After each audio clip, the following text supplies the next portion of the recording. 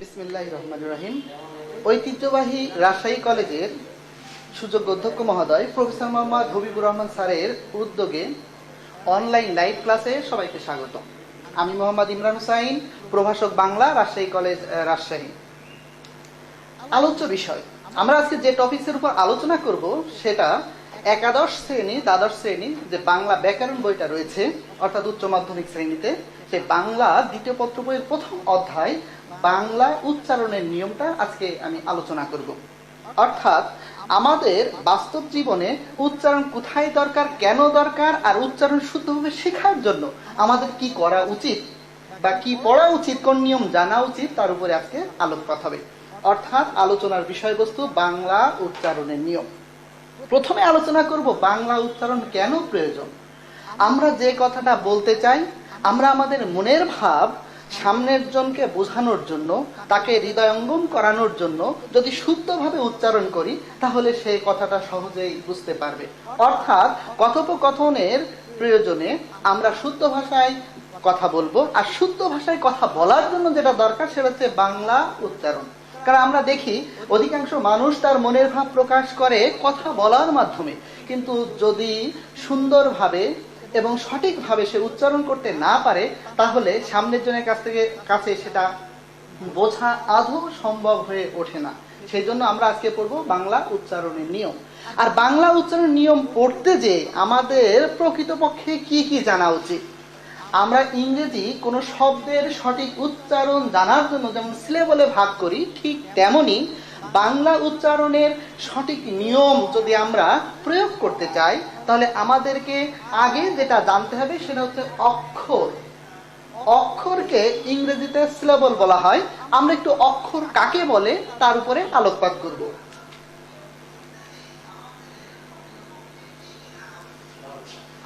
আমাদের অনেকের ধারণা অক্ষর মানে শব্দ, কিন্তু অক্ষর মানে শব্দ না। নিঃশ্বাসের একই প্রয়াসে যতটুকু উচ্চারিত হয় তাকে বলা হয় অক্ষর। আমি যদি বলি রাজশাহী কলেজ, তাহলে এখানে কতগুলো অক্ষর রয়েছে? রাজ, শাহী, অর্থাৎ রাজশাহী শব্দের ভিতরে 3টা অক্ষর রয়েছে। কলেজ, এই কলেজ শব্দের ভিতরে অক্ষর রয়েছে 2টি। কিন্তু আমরা যদি দেখি, অনেকে বলে থাকি কলেজে তো 3টা অক্ষর রয়েছে, 3টা অক্ষর নেই, রয়েছে 3টা বর্ণ। কলেজ 2বার উচ্চারণ করার জন্য অক্ষর হচ্ছে 2টি। তাহলে আমাদেরকে মনে রাখতে হবে, যদি আমরা শুদ্ধ উচ্চারণ শিখতে চাই, তাহলে আমাদেরকে সবচেয়ে আগে যেটা জানতে হবে সেটা হচ্ছে অক্ষর। এই অক্ষরটা 1 বর্ণ বিশিষ্ট হতে পারে, এই অক্ষরটা 2 বর্ণ বিশিষ্ট হতে পারে, এই অক্ষর 3 বর্ণ বিশিষ্টও হতে পারে।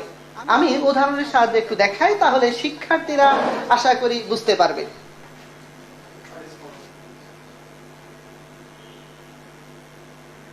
আমি এখানে একটা শব্দ লিখলাম আমার।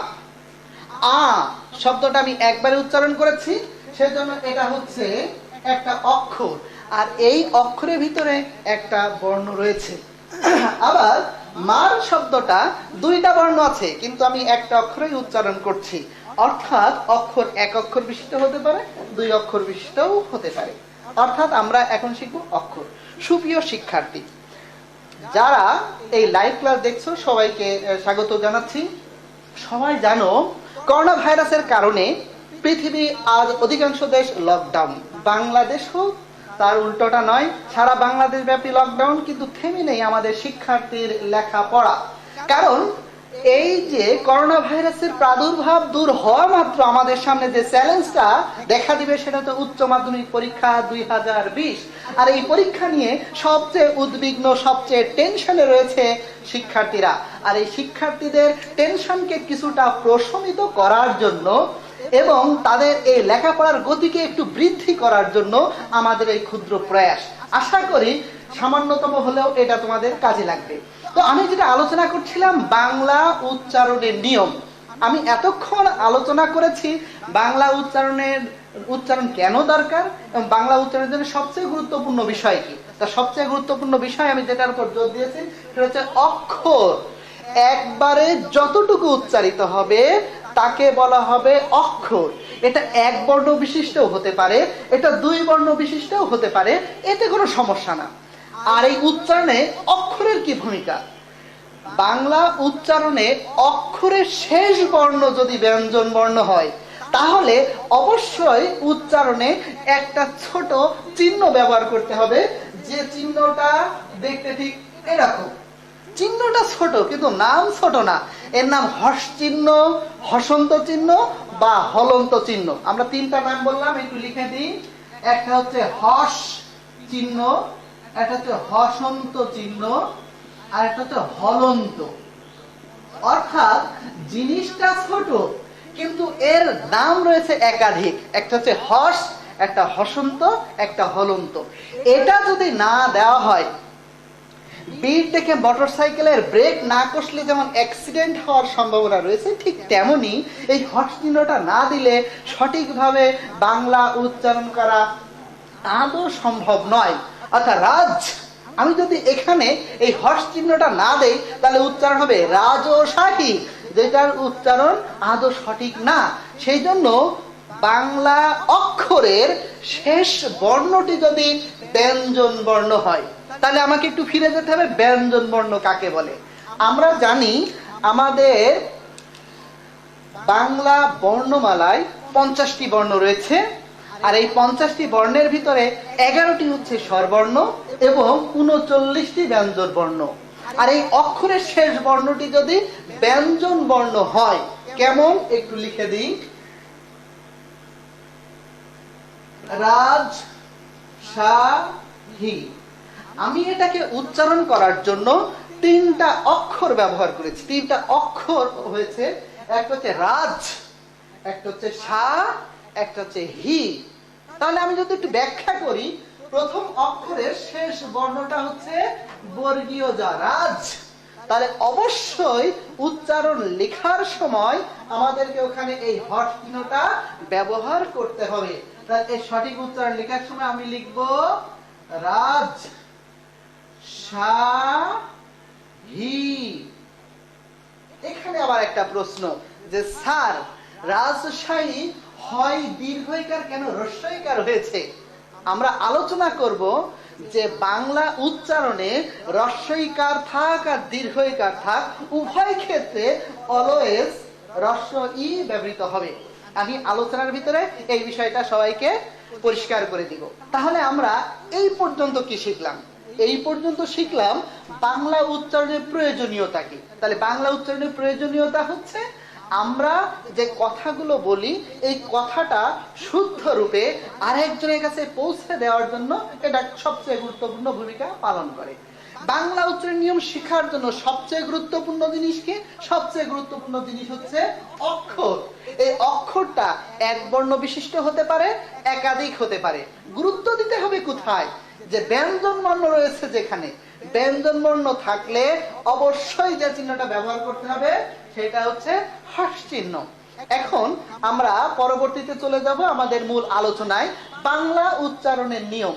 যদিও আমরা জানি এই অধ্যায় থেকে মাত্র 5 মার্কসের উত্তর করতে হয়, কিন্তু নম্বর সব সময় জরুরি না।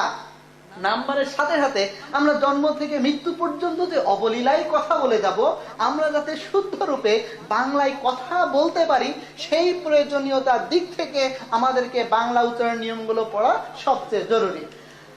তো আমরা যে বিষয়গুলো আলোচনা করব, আজকেই তো ক্লাস শেষ না, আজকে সবে শুরু। আমরা স্বরবর্ণ দিয়ে শুরু করব, ক্রমান্বয়ে ব্যঞ্জন বর্ণ, এবং পড়ানোর সময় যদি কোনো সমস্যা সামনে আসে, সেটা তোমাদের নজরেও হতে পারে, আমার নজরেও হতে পারে, আমি সেটা সমস্যা নাম্বার 1, 2, 3 বলে বোর্ডে লিখে রাখবো, এবং আমার স্লাইড শেষ হয়ে গেলে আমি অবশ্যই সেই সমস্যার উপরে সমাধান দেওয়ার চেষ্টা করব। আমরা জানি বর্ণমালার স্বরবর্ণের প্রথম বর্ণটা হচ্ছে অ। এই অবর্ণটা দুই ভাবে উচ্চারিত হতে পারে। একটা অর উচ্চারণ ঠিক অ এর মতোই হবে, আরেকটা অ এর উচ্চারণ ওর মতো হবে। স্যার এটা আবার কেমন? আমি যদি বলি আমার অনেক টাকা, আমি অবশ্যই বলবো অনেক। কিন্তু যদি বলি এই সম্পত্তির উপর আমার অধিকার রয়েছে, তখন কিন্তু আমি বলবো না অধিকার, আমি বলবো অধিকার। অর্থাৎ অ বর্ণটা দুই ভাবে উচ্চারিত হতে পারে, একটা হচ্ছে অ এর মতো, একটা হচ্ছে ও এর মতো। তো আমি স্লাইডে কিছু উদাহরণ দিয়ে দিয়েছি। অসীম, অসীম এই জায়গায় অবশ্যই অ ব্যবহৃত হবে। মনের ভিতরে প্রশ্ন জাগতে পারে যে স্যার এই জায়গায় অসীম অ হলো কেন, ও হলো না কেন? অসীম শব্দটা নেতিবাচক অর্থে, অসীম মানে যার সীমা নেই, নাই, নেই, নয় এগুলো থাকলে নেতিবাচক হয়। এই অসীম শব্দটা নেতিবাচক হওয়ার কারণে অলওয়েজ এটা অ উচ্চারণ হবে, সেই জন্য অসীম। সজীব, আমরা বলবো না সজীব, আমরা বলবো সজীব। স বর্ণের সাথে রয়েছে একটা অ, সজীব। এই সজীব শব্দটা আমরা একটু লক্ষ্য করব। সজীবে দন্তস্ব বর্গজয় দীর্ঘইকার ব, সজীব। কিন্তু উচ্চারণ লেখার সময় আমি কি লিখলাম? উচ্চারণ লেখার সময় আমি লিখবো তালব্য স বর্গজয় হস্যি ব, সজীব। ব বর্ণটা যেহেতু ব্যঞ্জন বর্ণ, আর আমি আগেই সবাইকে জানিয়েছি যে অক্ষরের শেষ বর্ণ যদি ব্যঞ্জন বর্ণ হয় তাহলে অবশ্যই আমাকে সেখানে হস্কিন্য ব্যবহার করতে হবে। তাহলে স্যার হসের নিয়মটা তো বুঝলাম, কিন্তু আমি বুঝি নাই দন্তস্ব কি করে তালব্যস হয়। তার মানে সমস্যা নাম্বার 1 যে কোথায় তালব্যস হবে, কোথায় দন্তস্ব হবে, কোথায় মূর্ধন্য হবে। আমি আমার বোর্ডে লিখে রাখছি, আমার স্লাইড শেষ হলে আমি অবশ্যই তোমাদের এই প্রশ্নেরও উত্তর দিয়ে যাব।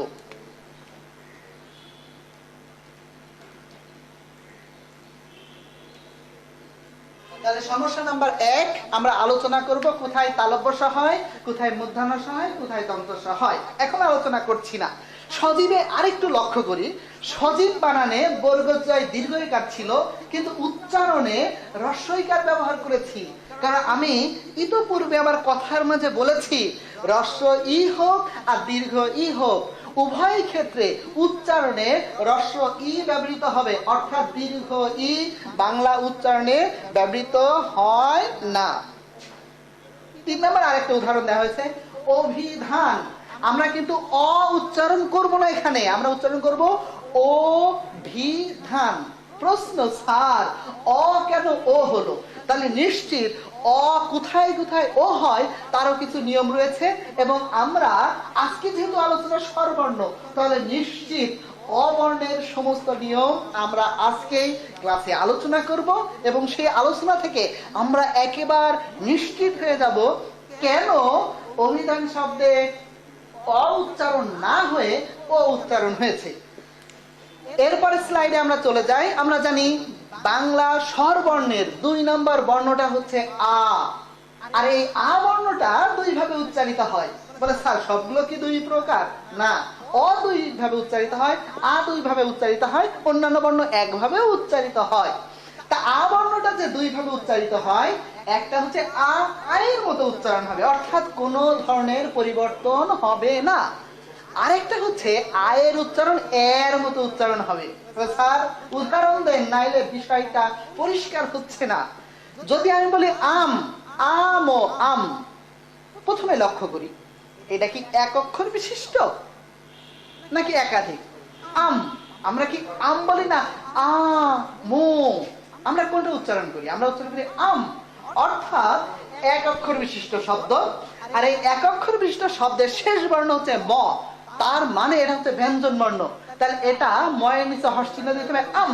কিন্তু আমরা কিন্তু এত তাড়াতাড়ি আম বলি না, আমরা একটু টেনে বলি আম, অর্থাৎ এক অক্ষর বিশিষ্ট শব্দে আ সব সময় একটু টেনে একটু দীর্ঘ করে উচ্চারণ করতে হয়, সেই জন্য আম। আরেকটা উদাহরণ দিয়েছি জ্ঞান। জ্ঞান বানানে আকার রয়েছে, কিন্তু উচ্চারণ করার সময় আমরা গান বলবো না, বিজ্ঞান না, বিজ্ঞান। তাহলে এই যে জ্ঞান উচ্চারণে আমরা এ উচ্চারণ করেছি, অর্থাৎ এ বর্ণটা আমরা চোখে দেখি না, কিন্তু মনে রাখতে হবে আমাদের মৌলিক স্বরধ্বনির ভিতরে এ একটি মৌলিক স্বরধ্বনি। সেই জন্য বিজ্ঞান, এখানে গান উচ্চারণ হবে না, হবে বিজ্ঞান, অর্থাৎ আয়ের উচ্চারণ হচ্ছে 2 প্রকার।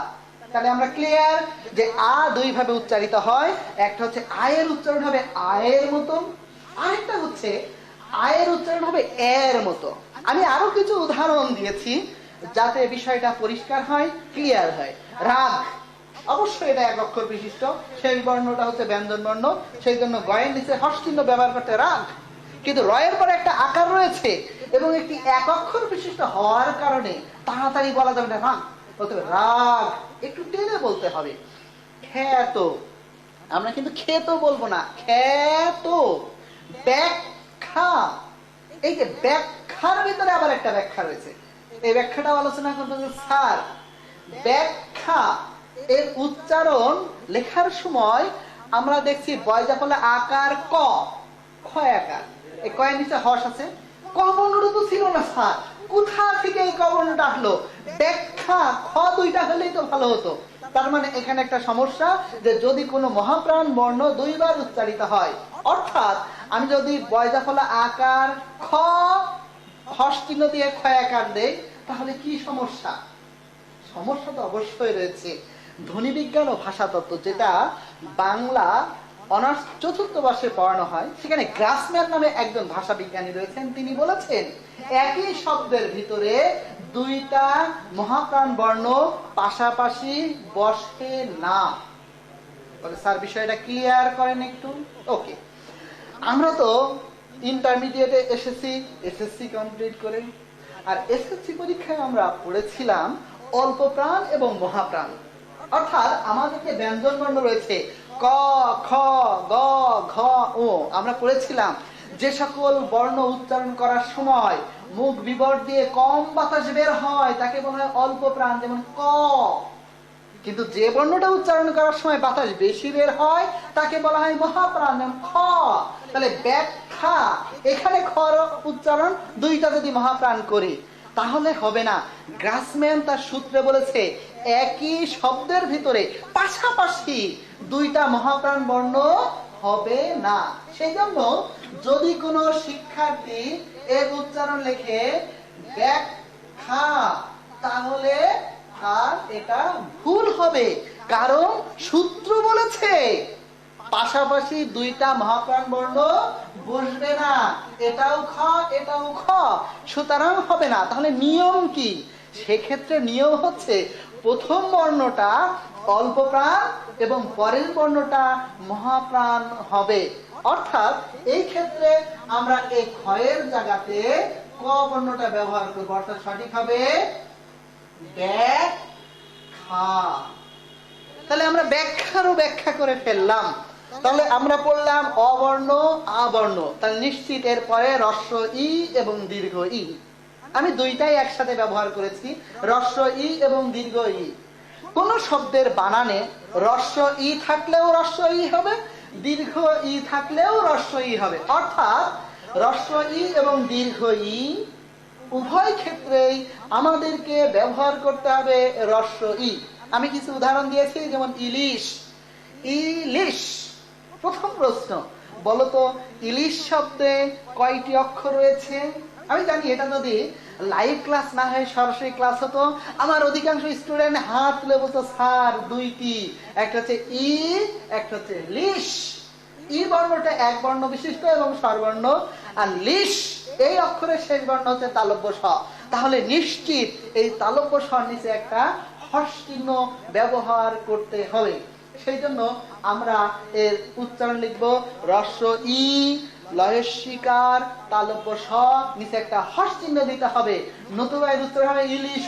আমরা ইলিশ বলি না, আমরা বলি ইলিশ। ঠিক তেমনই ভাবে আমরা যদি ইগল শব্দটা ব্যবহার করি, ইগল, ই হ্রস্ব ই না দীর্ঘ ই? আমরা সবাই জানি বানান লেখার সময় আমরা দীর্ঘ ই লিখবো, কিন্তু যখন আমরা উচ্চারণ করব তখন হ্রস্ব ই লিখবো। তাই হ্রস্ব ই, ই গোল। এই যে গোল শব্দের ল বর্ণটা হচ্ছে ব্যঞ্জন বর্ণ, তাহলে অবশ্যই এখানে হর্ষ চিহ্ন দিতে হবে। তাহলে আমরা শিখলাম যে বাংলা উচ্চারণে হ্রস্ব ই থাক বা দীর্ঘ ই থাক, উভয় ক্ষেত্রে আমাদেরকে কেবল ব্যবহার করতে হবে হ্রস্ব ই। এরপরে যে দুইটা বর্ণ রয়েছে হ্রস্ব উ এবং দীর্ঘ উ। হ্রস্ব উ এবং দীর্ঘ উ, এই যে দুইটা বর্ণ, এই দুইটা বর্ণের নিয়ম প্রায় একই রকম। অর্থাৎ কোন শব্দের বানানে যদি হ্রস্ব উ থাকে তাহলে অবশ্যই হ্রস্ব উ দিতে হবে, আর যদি দীর্ঘ উ থাকে তাহলে সেক্ষেত্রেও রস উ দিতে হবে। এরপরে আমরা যেটা পড়ব সেটা হচ্ছে রি বর্ণ। রি বর্ণটা উচ্চারণ করার সময় আমাদেরকে বানান করে লিখতে হবে রয়হস্যি রি। অর্থাৎ রি বর্ণটা উচ্চারণ করার সময় সরাসরি বানান করে লিখতে হবে। যেমন এখানে উদাহরণ দিয়েছে ঋগ্বেদ। ঋগ্বেদ বানান লিখে দিয়েছি রয়স্যি গ ঋগ, বয়কের দ বেদ, ঋগ্বেদ রয়হস্যি ব্যবহার করা হয়েছে। কিন্তু এখানে একটা সমস্যা রয়েছে, সেটা হচ্ছে স্যার ঋগ্বেদ হবে না ঋগ্বেদ হবে, অর্থাৎ এখানে বয়ের উচ্চারণ হবে নাকি হবে না। তার মানে আমরা মাথায় একটা সমস্যা নিয়ে আসলাম। সমস্যার সমাধান হচ্ছে এই যে অবশ্যই এখানে ঋগ বেদ বয়ের উচ্চারণ হবে। কেন হবে তার ব্যাখ্যা আমি পরে দিচ্ছি। সমস্যা নাম্বার হিসাবে লিখে রাখলাম ব ফলার উচ্চারণ। ব ফলা কোথায় উচ্চারিত হয় আর ব ফলা কোথায় উচ্চারিত হয় না। এরপরে ঋতু।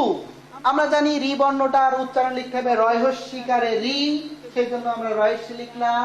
আর তু রস্যকারাতে দিয়ে দিলাম, কোনো সমস্যা হয়নি। ঋষি, রির পরিবর্তে আমরা লিখবো রয়স্যি, আর মূর্ধন্য স এর পরিবর্তে লিখবো তালব্য স। স্যার আবার প্রশ্ন মনের ভিতরে যে তালব্য স হলো কেন, এখানে তো মূর্ধন্য স ছিল। আমি আগেই জানিয়েছি যে তোমাদের এই সমস্যার সমাধান আমি ক্লাস শেষে দিয়ে দিব, যে কোথায় তালব্য স হবে, কোথায় মূর্ধন্য স হবে এবং কোথায় দন্ত স হবে। এরপরে আমরা যে নিয়মটা পড়বো সেটা হচ্ছে এ বর্ণটির নিয়ম। এ স্বরবর্ণটিও দুইটা নিয়মে উচ্চারিত হয়। একটা হচ্ছে এটা কখনো কখনো এ বর্ণের মতো উচ্চারণ হয়, আবার কখনো কখনো এ বর্ণের মতো উচ্চারণ হয়। যেমন উদাহরণ দেখা যাচ্ছে এ তিন। আমরা কোনো সময় এ তিন বলবো না, আমরা বলবো এ তিন। তাহলে আগে প্রশ্ন, এতিম শব্দটার ভিতরে কয়টা অক্ষর রয়েছে? অক্ষর রয়েছে দুইটা স্যার, একটা হচ্ছে এ, একটা হচ্ছে তিম। এই তিম শব্দটা শেষ বর্ণ হচ্ছে ম, ব্যঞ্জন বর্ণ। সুতরাং কোন অক্ষরের শেষ বর্ণ যদি ব্যঞ্জন বর্ণ হয় তাহলে অবশ্যই হট চিহ্ন ব্যবহার করতে হবে, সেই জন্য এ তিম। আরেকটা হচ্ছে এ, এ দিয়ে উদাহরণ দেওয়া আছে এ খ দন্ত ন। আমরা কিন্তু এখন বলবো না, আমরা বলবো এখন। 21, মহান 21শে ফেব্রুয়ারি 21। তেলাপোকা, আমরা লেখার সময় কিন্তু লিখবো তয়কেলাকার তেলা, পকার পোকা। বাট যখন আমরা এটার উচ্চারণ করব আমরা কিন্তু তেলাপোকা বলবো না, আমরা বলবো তেলাপোকা। অর্থাৎ এ বর্ণটি দুই ভাবে উচ্চারণ হচ্ছে। একটা হচ্ছে এর উচ্চারণ হবে এর মতো করে, আরেকটা হচ্ছে এর উচ্চারণ হবে এর মতো। ওকে, এরপরে আমরা যেটা আলোচনা করব সেটা হচ্ছে ওই বর্ণটা আমরা জানি যৌগিক স্বরধ্বনি। আর এই যৌগিক স্বরধ্বনির উচ্চারণ করার সময় অবশ্যই আমাদেরকে ভেঙে ভেঙে উচ্চারণ করতে হবে। ওই বর্ণটির উচ্চারণ হচ্ছে ও রস্য ই, ওই। যেমন ঐতিহাসিক, ও রস্যই ওই, তয়স্যি তি, হয়াকার তালব্য শয়রস্যি ক, ঐতিহাসিক। ক বর্ণটা যেহেতু ব্যঞ্জন বর্ণ সুতরাং অবশ্যই এখানে হর্ষ চিহ্ন ব্যবহার করতে হবে। ঐতিহ্য, ঐতিহ্য। তাহলে ওই থাকার কারণে আমাদেরকে একটু ভেঙে লিখতে হবে ও রস্য ই ওই, তহেসি বর্গীয় জ তিজ, ঝকারে ঝ, ঐতিহ্য। এখানে আবার একটা যে স্যার ঐতিহ্য প্রথম বর্গীয় যা পরে ঝ আসলো কেন? এর আগেই বলেছি যে পাশাপাশি দুইটা মহাপ্রাণ বর্ণ উচ্চারিত হতে পারে না, সেক্ষেত্রে প্রথম বর্ণটা হবে অল্প প্রাণ, পরেরটা হবে মহাপ্রাণ। এর আগেও দেখিয়েছিলাম এখানে বর্গীয় জ এটা হচ্ছে অল্প প্রাণ, আর ছ এটা হচ্ছে মহাপ্রাণ। সেই জন্য প্রথম বর্ণটা অল্প প্রাণ হয়েছে এবং পরের বর্ণটা মহাপ্রাণ হয়েছে। বৈশাখ বা ঐকার তালব্য শয়াকার খ, বৈশাখ। কিন্তু আমরা যখন উচ্চারণ লিখবো তখন লিখবো বৌকার রস্য ই বই, তালব্য শয়াকার খ, খ ক্ষয় নিচে আবার হর্ষ চিহ্ন দিতে হবে, বৈশাখ। ঠিক তেমনি ঐক তান ওই হিক, এই শব্দগুলো আমাদেরকে একটু লক্ষ্য করতে হবে। তাহলে আমরা এই ক্ষেত্রে জানলাম ওই বর্ণটি একভাবে উচ্চারিত হয়, সেটা হচ্ছে ও হ্রস্ব ই, ওই। আর এটা ভেঙে ভেঙে অবশ্যই লিখতে হবে। যদি কেউ ভেঙে না লেখে তাহলে কি হবে, ভুল হবে। সুতরাং আমরা ভুল করার সুযোগটা দিব না। এরপরে আমরা যে বর্ণটা আলোচনা করব সেটা হচ্ছে ও। ও বর্ণটা এমন একটা বর্ণ যার উচ্চারণের কোনো ধরনের পরিবর্তন হয় না। যেমন ওপর, ওজস্বী, ওষধি, ওষ্ঠ, ওতপ্রোত, ওয়ারিশ, এই ও বর্ণটার কোনো ধরনের পরিবর্তন হয় না। বলে স্যার বিভিন্ন শব্দের মাঝে তো বিভিন্ন পরিবর্তন লক্ষ্য করছি। যেমন তেজস্বী, এটা তেজস্বী হবে না তেজস্বী হবে। তাহলে এখানে একটা প্রশ্ন যে কেন এই সমস্যাটা হয়েছে, এখানে ব ফলা রয়েছে। তো আমি বোর্ডে লিখে রেখেছি যে ব ফলার উচ্চারণ জনিত যে নিয়মগুলো রয়েছে, আমি স্লাইড শেষ হলে সেগুলোর উপরে আলোচনা করব। ওষধি, এই ওষধি বানানে মূর্ধন্য ষ রয়েছে, ও মূর্ধন্য ষ ধয়স্বী। কিন্তু এটাকে যদি আমি উচ্চারণ লিখি তাহলে আমাদের লিখতে হবে ও তালব্য ওকার ধয়স্বী। কেন মূর্ধন্য ষ তালব্য ষ হলো সেটাও এই নিয়মের ভিতরে চলে আসবে বলে আশা করি। এরপরে আমরা যেটা আলোচনা করি সেটা হচ্ছে ও। ও এটা হচ্ছে যৌগিক স্বরধ্বনি। আর এই যৌগিক স্বরধ্বনিটা যদি আমি ভেঙে লিখি তাহলে হবে ও হ্রস্ব উ, ও ঔষধ। এই ঔষধ এটা কয় অক্ষর বিশিষ্ট? আমরা জানি এটা অবশ্যই 2 অক্ষর। ঔষধ শেষ বর্ণটা যেহেতু ব্যঞ্জন বর্ণ, তাহলে অবশ্যই আমাকে এখানে হর্ষ চিহ্ন ব্যবহার করতে হবে।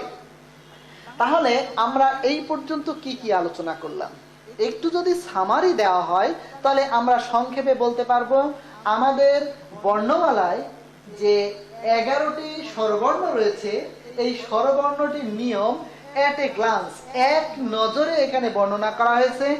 তার ভিতরে অবর্ণটার নিয়ম বলা হয়েছে, অ 2 ভাবে উচ্চারিত হয়, একটা হচ্ছে অ, একটা হচ্ছে ও।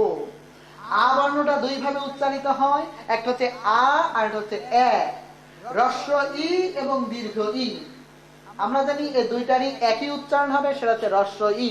অর্থাৎ বাংলা উচ্চারণে কোনো অবস্থাতেই দীর্ঘ ই ব্যবহার করা যাবে না। হ্রস্ব উ এবং দীর্ঘ উ, এই দুইটা ক্ষেত্রে বলা হচ্ছে যে অবশ্যই আমাদেরকে হ্রস্ব উ ব্যবহার করতে হবে। অর্থাৎ বাংলা উচ্চারণে কোনো অবস্থাতেই দীর্ঘ উ ব্যবহৃত হয় না। রি বর্ণটা নিয়ম আমরা পড়েছি, রি বর্ণটা লেখা যাবে না কখনো, সরাসরি বানান করে লিখতে হবে, রয়হস্যিকারে রি। এ বর্ণটির 2টা নিয়ম পড়েছি, একটা হচ্ছে এ, একটা হচ্ছে এ। ওই বর্ণটা পড়েছি, ওই বর্ণটা আমাদেরকে ভেঙে ভেঙে লিখতে হবে, ও হ্রস্ব ই, ওই। ও বর্ণের কোনো পরিবর্তন হবে না। আর ও বর্ণটা ভেঙে লিখতে হবে ও হ্রস্ব উ। আশা করি স্বরবর্ণে এট এ গ্লান্স যেটা বলা হয়েছে সেটা সবাই বুঝতে পেরেছো। আর যদি কোনো সমস্যা থাকে, আজকের ক্লাসই তো শেষ ক্লাস না, আমরা অবশ্যই প্রত্যেকটা নিয়মের ব্যাখ্যা বিশ্লেষণ দিব। তবে আজকে আমি মূলত যে বিষয়টা নিয়ে আলোচনা করব সে বিষয়টা হচ্ছে অবর্ণটা। অবর্ণটা যে 2 ভাবে উচ্চারিত হয়, আমরা দেখলাম যে 2 ভাবে উচ্চারিত হয়। একটা হচ্ছে অ, অ এর মতো উচ্চারণ হয়, আর হচ্ছে অ, ও এর মতো উচ্চারণ হয়। আমরা দেখব যে কোথায় কোথায় অ, অ এর মতো উচ্চারণ হয় আর কোথায় অ, ওর মতো উচ্চারিত হয়। বাংলা উচ্চারণ স্বরবর্ণ।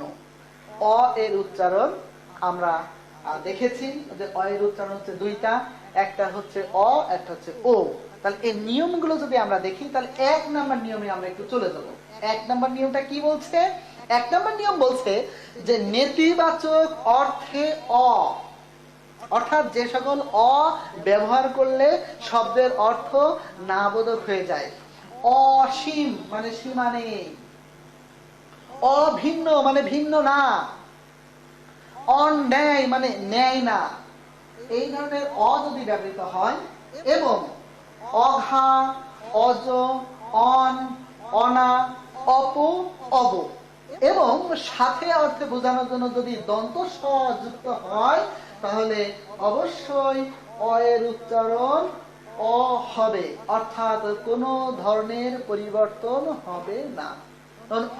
অভিন্ন, অভিন্ন মানে হচ্ছে ভিন্ন না, অর্থাৎ এখানে অ বর্ণটি নেতিবাচক অর্থে ব্যবহৃত হয়েছে। আর নেতিবাচক অর্থে ব্যবহৃত হলে আমরা বলেছি উচ্চারণ অবশ্যই লিখতে হবে অ, সেজন্য অভিন্ন। তাহলে যদি প্রশ্ন করা হয় তোমরা বলো তো অভিন্ন শব্দের ভিতরে কয়টা অক্ষর রয়েছে, বলে স্যার অক্ষর কাকে বলে, ওই যে একবারে যতটুকু উচ্চারিত হয়। তাহলে অভিন্ন, এখানে তিনটা অক্ষর রয়েছে, আর তিনটা অক্ষরের ভিতরে মাঝের যে অক্ষরটা ভিন, এখানে দন্তন্য হচ্ছে ব্যঞ্জন বর্ণ, সেই জন্য এখানে হর্ষচিহ্ন ব্যবহার করতে হবে অভিন্ন। অঘারাম, অঘা বলেছে যদি অঘা শব্দ ব্যবহৃত হয় তাহলে অবশ্যই এই অঘা ব্যবহার হওয়ার কারণে অ এর উচ্চারণ কোনো পরিবর্তন হবে না। তোমাদের জ্ঞাতার্থে জানিয়ে দিই যে উপসর্গ তোমরা পড়েছো 19-এ, এই উপসর্গে অ, অঘা, অদ, অনা, আ, আর, আন, আব, ইতি, উন, কদ, কু, নি, পাতি, বি, ভর, রাম, স, সা, সু, আ। তোমরা তো উপসর্গগুলো পড়েছো, এটা হচ্ছে উপসর্গ অঘা। এই অঘারাম এটা আমরা কয়টা অক্ষরে ভাগ করতে পারি? অঘারাম। তাহলে আমরা উচ্চারণ করি অঘারাম, অর্থাৎ তিনটা অক্ষর রয়েছে, আর তিনটা অক্ষরের ভিতরে অ স্বরবর্ণ, ঘা ঘর বলে একটা আকার আছে অর্থাৎ শেষে স্বরবর্ণ, রাম ম বর্ণটা হচ্ছে ব্যঞ্জন বর্ণ। যদি কোনো শেষে ব্যঞ্জন বর্ণ থাকে তাহলে অবশ্যই আমাদেরকে যে ছোট্ট চিহ্নটা ব্যবহার করতে হবে, নাম বলেছে হর্ষ চিহ্ন, হসন্ত চিহ্ন বা হলন্ত চিহ্ন, সেটা অবশ্যই এখানে ব্যবহার করতে হবে, অর্থাৎ শুদ্ধ উচ্চারণ হবে অঘারাম। সজল, স দন্ত স বর্গ জ ল, কিন্তু উচ্চারণ লেখার সময় আমরা সজল বলবো না, সজল বলবো। এবং লক্ষ্য রাখতে হবে দন্ত স উচ্চারণের সময় হয়ে যাবে তালব্য স।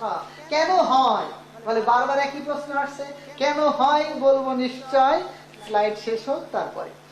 এরপরে আমরা তাহলে শিখে গেলাম 1 নম্বর নিয়ম যে অ এর উচ্চারণ কোথায় অ হবে, এবং তোমাদের জ্ঞাতার্থে জানাচ্ছি অ এর উচ্চারণ শুধুমাত্র এই কয়টা ক্ষেত্রে হয়, অর্থাৎ অ এর উচ্চারণ অ হবে কখন, একেবারে লিখে দিতে হবে যে নেতিবাচক অর্থে যদি অ এবং অঘা, অজ, অন, অনা, অপ, অব এবং সাথে অর্থ বোঝানোর জন্য যদি স, সজল মানে জলের সাথে, সফল ফলের সাথে, তাহলে এই শব্দের সাথে অর্থে ব্যবহৃত হয়।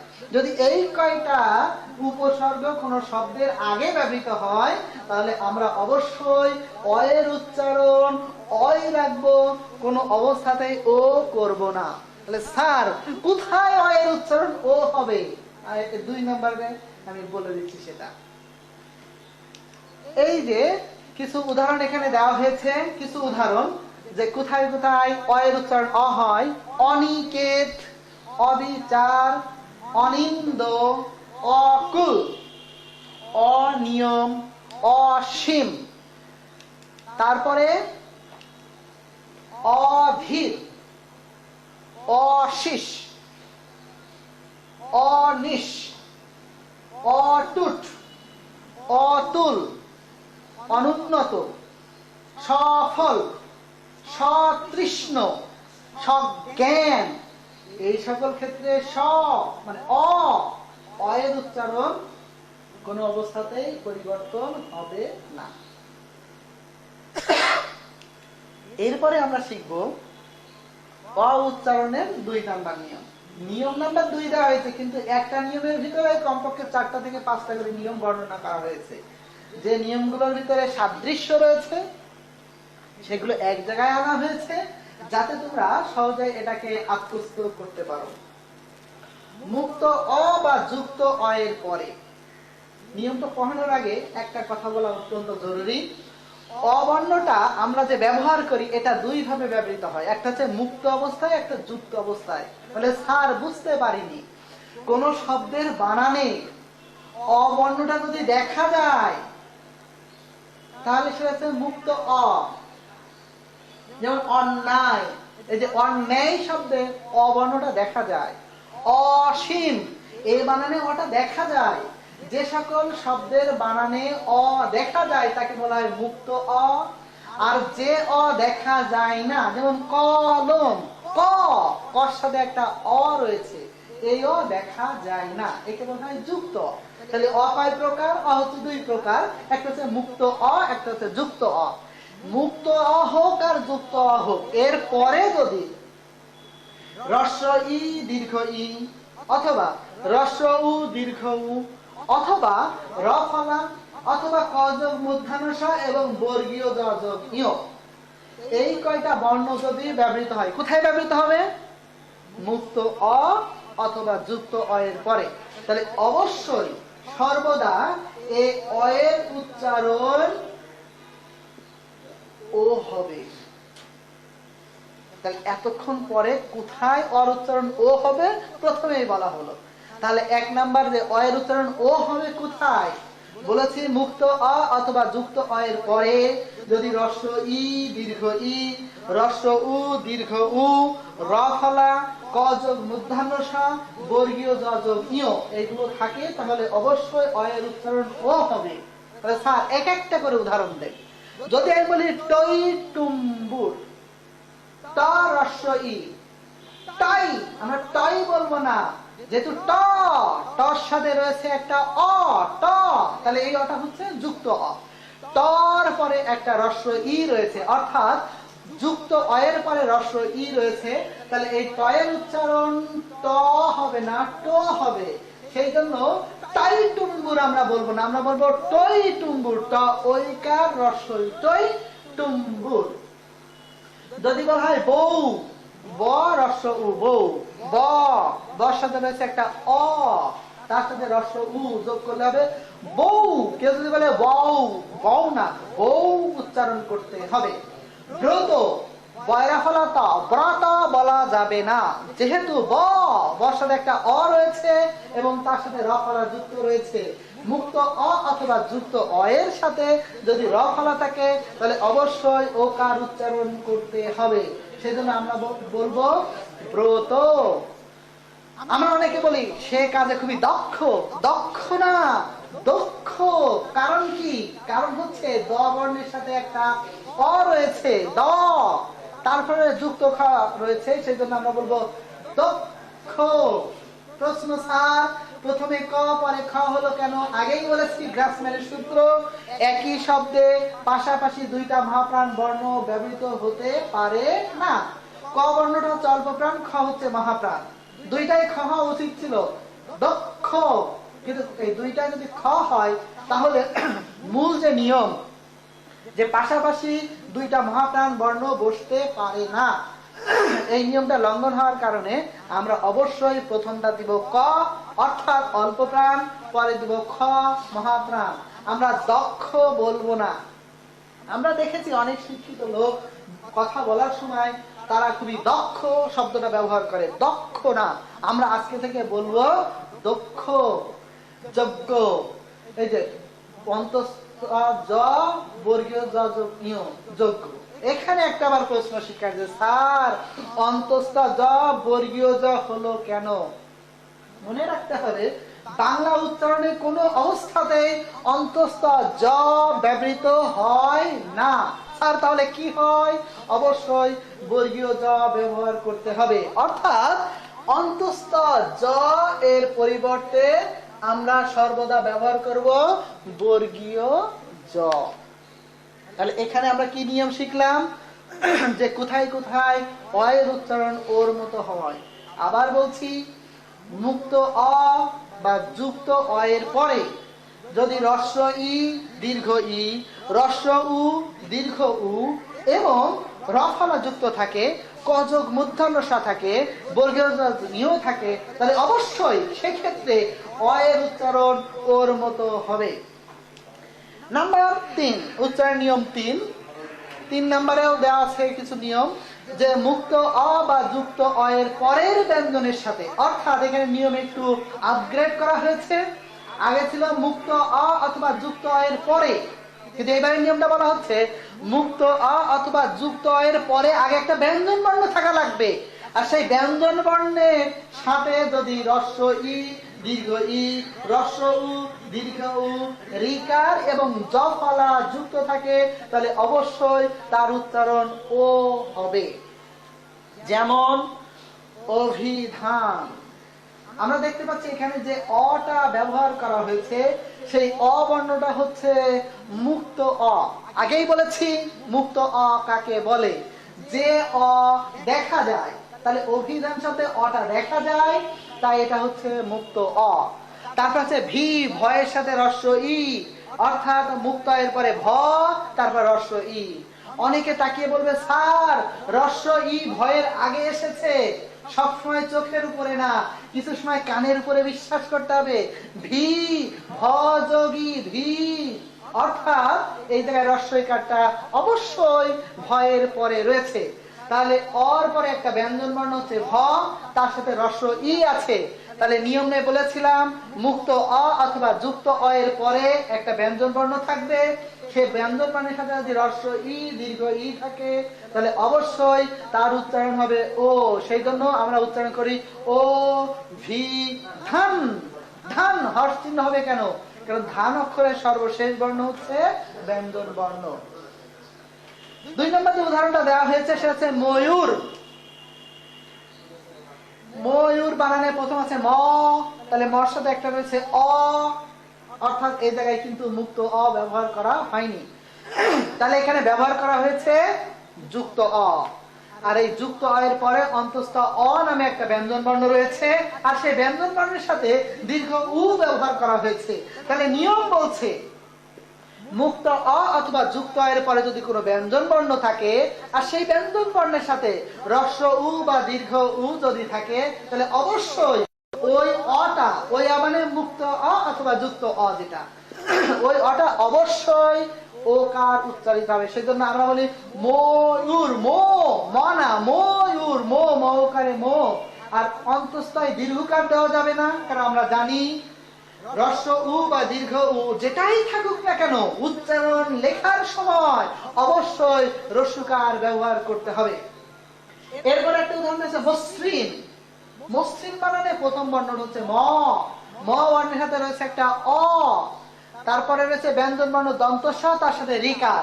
তাহলে এই যে মুক্ত অ অথবা যুক্ত এর পরে একটা ব্যঞ্জন বর্ণ রয়েছে এবং সেই ব্যঞ্জন বর্ণের সাথে রিকার ব্যবহার করা হয়েছে, সেই জন্য আমরা অবশ্যই বলবো মসৃণ।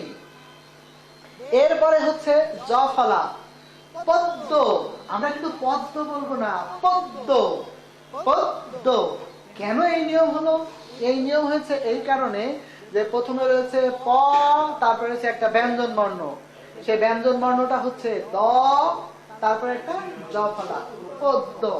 স্লাইডে সম্ভবত মসৃণের জায়গায় মাসৃণ হয়ে গেছে, ওকার হবে, ম এর আগে একটা একার দিতে হবে, মসৃণ উচ্চারণ হবে।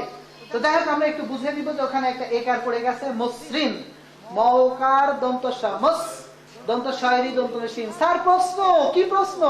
যে দন্ত স, এখানে দন্ত স আছে কেন? আগেই বলেছি কোথায় তালব্য হবে, কোথায় মধ্যাহ্ন হবে, কোথায় দন্ত হবে, এর একটা নির্দিষ্ট নিয়ম রয়েছে। সেই নিয়ম শিখানোর পরে এটা জলের মতো সহজ হয়ে যাবে।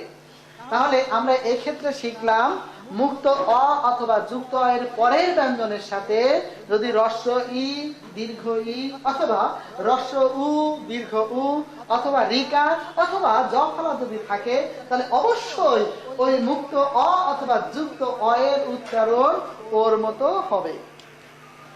এরপরে আমরা একটা নিয়ম শিখব যে রেফ যুক্ত শব্দের পূর্বে জফলা যুক্ত ছিল, কিন্তু বর্তমান বানানে জফলা ব্যবহৃত হয় না। এই রকম শব্দে ও উচ্চারিত হয়। কারণ আমরা জানি বাংলা একাডেমি যে নিয়ম করেছে রেফের পরে ব্যঞ্জন বর্ণের বৃত্ত হয় না, সেই জন্য চর্যাপদ, এই যে কার্যালয়, এখানে একটা জফলা ছিল, শুধুমাত্র এই যে রেফের পরে ব্যঞ্জন বর্ণের বৃত্ত হয় না, এই কারণে এই জায়গা থেকে জফলা চলে গেছে। এই জাতীয় যত শব্দ রয়েছে সবগুলো শব্দে অয়ের উচ্চারণ ওর মতো হয়, অর্থাৎ চর্যাপদ আমরা উচ্চারণ করলেও সঠিক উচ্চারণ হবে চর্যাপদ। আশ্চর্য, ঐশ্বর্য, সৌন্দর্য, পর্যন্ত, পর্যায়, পর্যায় বলা যায় না, পর্যায়, পর্যন্ত না, পর্যন্ত, ঐশ্বর্য না, ঐশ্বর্য, আশ্চর্য না, আশ্চর্য। অর্থাৎ যে আগে বানানে জফলা ছিল কিন্তু বর্তমানে নেই, তো চলে গেছে। শুধু চলে গেলে হবে? সে চলে যাওয়ার সময় একটু স্মৃতি রেখে গেছে যে আগে বানানে জফলা ছিল কিন্তু এখন নেই, সেই স্মৃতি স্বরূপ ও বলেছে যে আবার উচ্চারণ হবে ও এর মতো।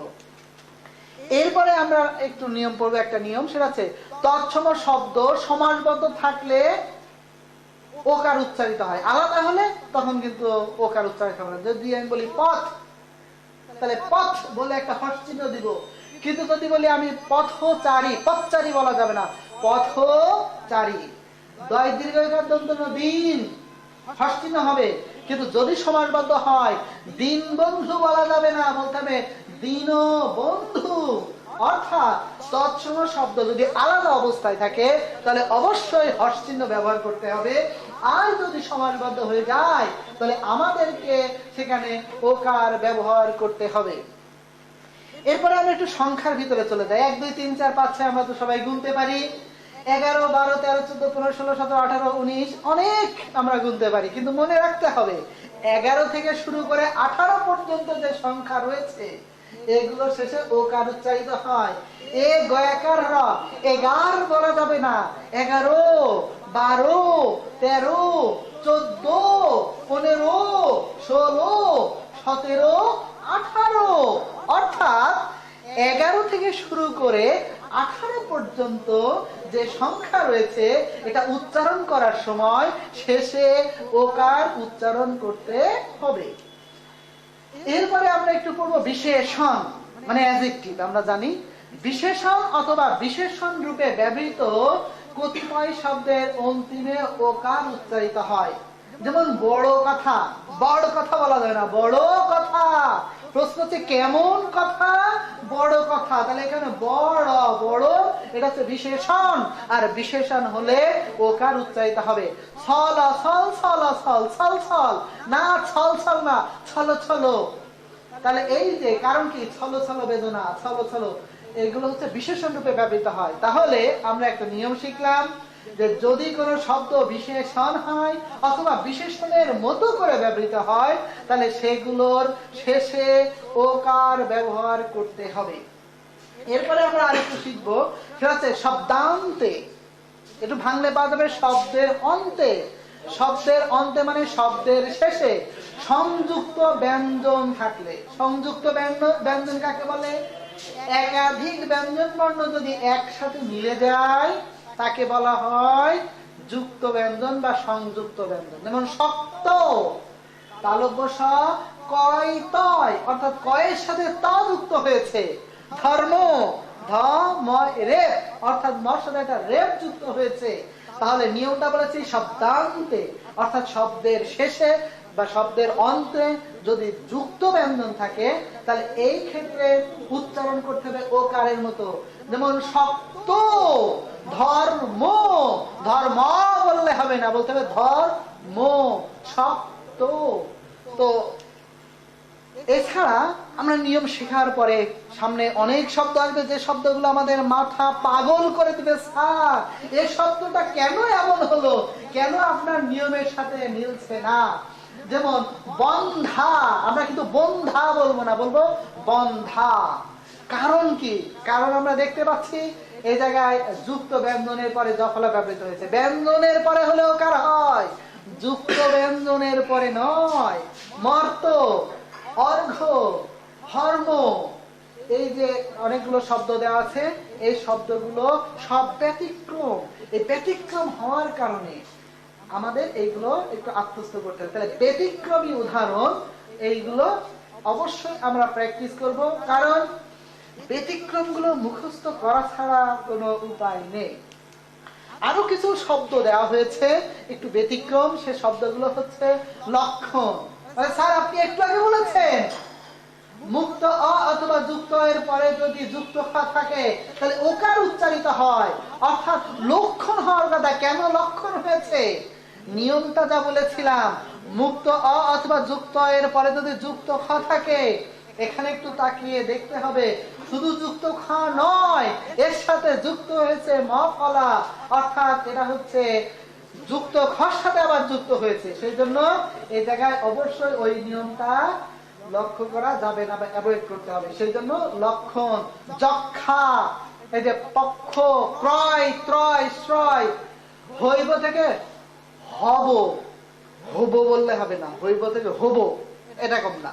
হইব থেকে হব, হইব থেকে কব, বন্দ্যোপাধ্যায়, বদ্ধভূমি, কেউ যদি বলে বদ্ধভূমি, বদ্ধ না, বদ্ধভূমি, তাহলে এই উদাহরণগুলো হচ্ছে ব্যতিক্রম উদাহরণ। সেই জন্য সুপ্রিয় শিক্ষার্থী, আমি আশা করব তোমরা ব্যতিক্রমী শব্দগুলো খাতায় সুন্দর করে ছক করে নিবে, মাঝে মাঝে একটু রিভাইজ করবে, কারণ ব্যতিক্রম যে জিনিসগুলো, ব্যতিক্রমগুলো তো একটু ব্যতিক্রম, সুতরাং একটু যদি পড়া থাকে তাহলে খুব সহজেই আমরা এটা পরীক্ষায় লিখতে পারবো বা আমাদের বাস্তব জীবনে প্রয়োগ করতে পারবো।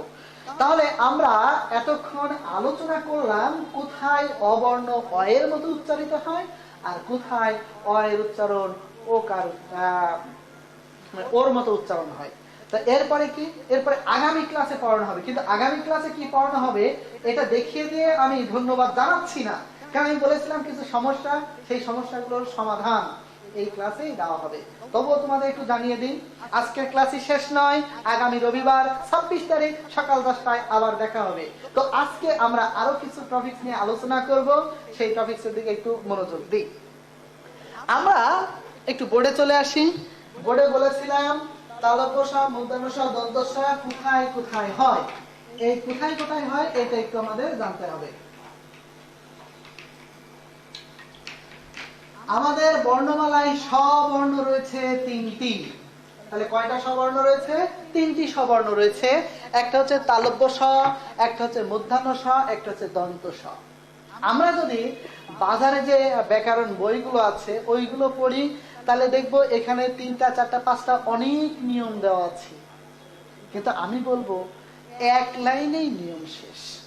অর্থাৎ একটা লাইন বলার পরেই সমস্ত নিয়ম এক লাইনের ভিতরে চলে আসবে। যদি আমরা এটা মনে রাখি তাহলে আমরা আর কোনোদিনও তালব্য স, মূর্ধন্য স, দন্ত স নিয়ে যে সমস্যা, সে সমস্যার সম্মুখীন হব না। তাহলে সেই নিয়মটা কি? নিয়মটা একটু লিখে দেই, তাহলে তোমরা ভালো বুঝতে পারবে। ত, থ, ন, র, রি, ল। এই জায়গায় আমি 6টা বর্ণ লিখেছি, 6টাই ব্যঞ্জন বর্ণ। ত, থ, ন, র, রি, ল। এই র পরিবর্তে আবার র ফলা ব্যবহৃত হতে পারে অথবা রেফ হতে পারে, রির পরিবর্তে রিকার ব্যবহৃত হতে পারে। তো এই যে মূল বর্ণ হচ্ছে 6টি, ত, থ, ন, র, রি, ল। এই 6টা বর্ণ মনে রাখতে হবে। স্যার মনে তো রাখলাম, ত, থ, ন, র, রি, ল, তাহলে পরীক্ষায় পারবো কি করে? একদম সহজ নিয়ম। তালব্য স, মূর্ধন্য স, দন্ত স, এই 3টা স্বয়ের সাথে যদি কখনো ত, থ, ন, র, রি, ল যুক্ত থাকে, তাহলে শুধুমাত্র তখনই দন্ত স ব্যবহৃত হবে। তাহলে আমি নিয়মটা স্পষ্ট করে লিখে দিই যাতে তোমরা আরো সুন্দর করে এটাকে আত্মস্থ করতে পারো। তাহলে কি বললাম আমি? যে তালব্য স, মূর্ধন্য স, দন্ত স। তালব্য স, মূর্ধন্য স, দন্ত স এর সাথে যদি ত, থ, ন, র, রি, ল, এই 3টা বর্ণের সাথে যদি এই কয়টা বর্ণের কোনো একটা যুক্ত থাকে, আলাদা থাকলে হবে না। তালব্য স, মূর্ধন্য স, দন্ত স এই 3টা বর্ণের সাথে যদি ত, থ, ন, র, রি, ল এই কয়টা বর্ণ যুক্ত থাকে, তাহলে সেক্ষেত্রে উচ্চারণ হবে দন্ত স।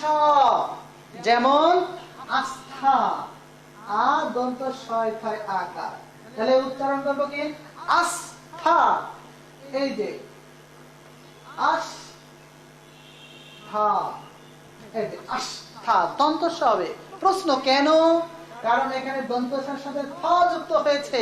আগেই নিয়মে বলেছি তালব্য স, মূর্ধন্য স এবং দন্তস্বর সাথে যদি ত, থ, ন, র, রি, ল এই কয়টা বর্ণ যুক্ত হয় তাহলে অবশ্যই সেখানে দন্তস্ব ব্যবহার করতে হবে।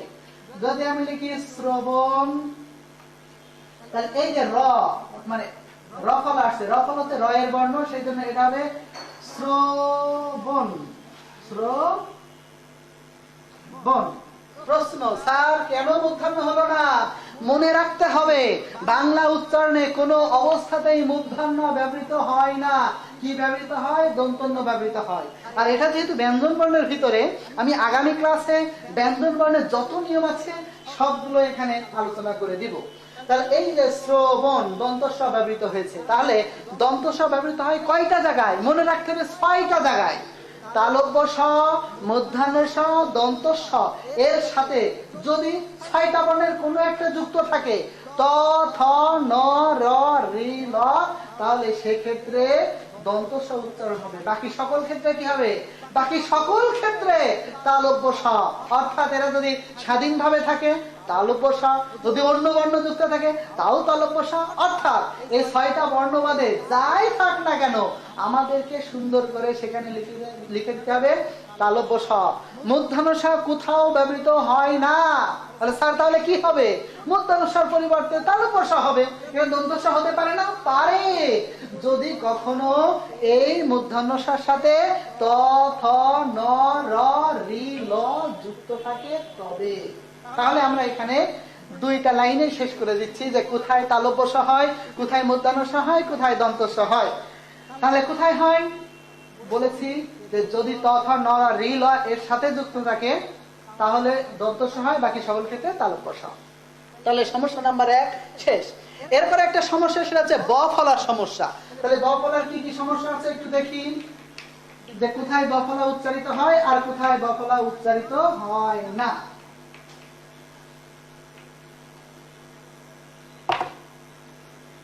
আজকে একে গ্লান্সে বলে যাই, সামনের দিন আরো ডিটেলসে বলবো, লিখে লিখে বলবো যাতে তোমাদের মাথার ভিতরে সুন্দর করে গেঁথে যায়, হৃদয়ের পাতায় যেন এটা গেঁথে যায়। ব ফলার নিয়ম হচ্ছে 6টি। 3 জায়গায় ব ফলা হয় না, 3 জায়গায় ব ফলা হয়। একদম সহজ। বলে স্যার নিয়ম তো 6টা, কে বলেছে? আমি বলেছি। কারণ বইয়ে অনেক ধরনের আছে, আমি সহজ করার জন্য 6টা নিয়মের ভিতরে এনেছি যে 3 জায়গায় এটা ব্যবহৃত হবে আর 3 জায়গায় ব্যবহৃত হবে না।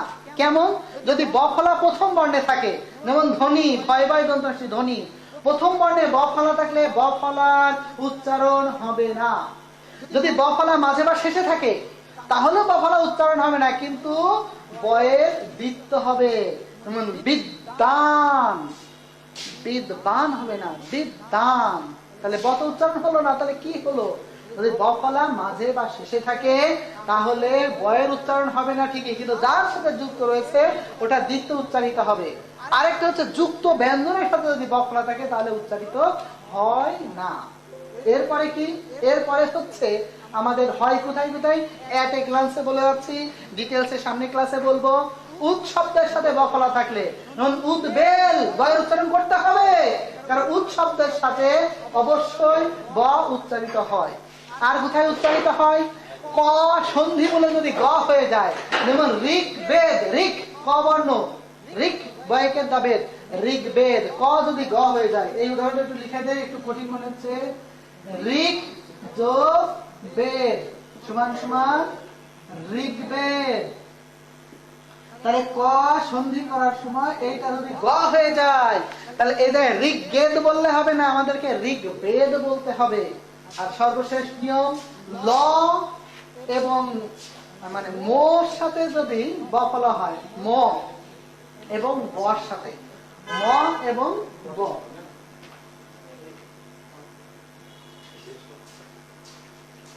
খাম্বা, লম্বা, আব্বা, তাহলে মার সাথে আর বর সাথে ব ফলা থাকলে উচ্চারিত হয়। তাহলে এটা এট এ গ্লান্সে বললাম সমস্যার কারণে। আমি সামনে দিন অবশ্যই স্লাইড আকারে তোমাদেরকে দিয়ে দিব যাতে তোমরা সুন্দর করে বুঝতে পারো। তো এই আজকে যে ক্লাসটা নেওয়া হলো, এই ক্লাসের উপরে তোমাদের যদি কোনো সমস্যা থাকে তোমরা কমেন্টস বক্সে লিখতে পারো, আমরা তার উত্তর দিয়ে দিব।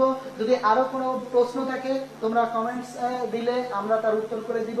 সামনের ক্লাসে প্রয়োজনে আরো ডিটেলসে আলোচনা করব, যাতে এই পড়াগুলো শুধু বইয়ের খাতায় না মনের পাতায় লিপিবদ্ধ হয়ে যায়। এই প্রত্যাশায় আজকের মতো শেষ করছি। খুদা হাফেজ।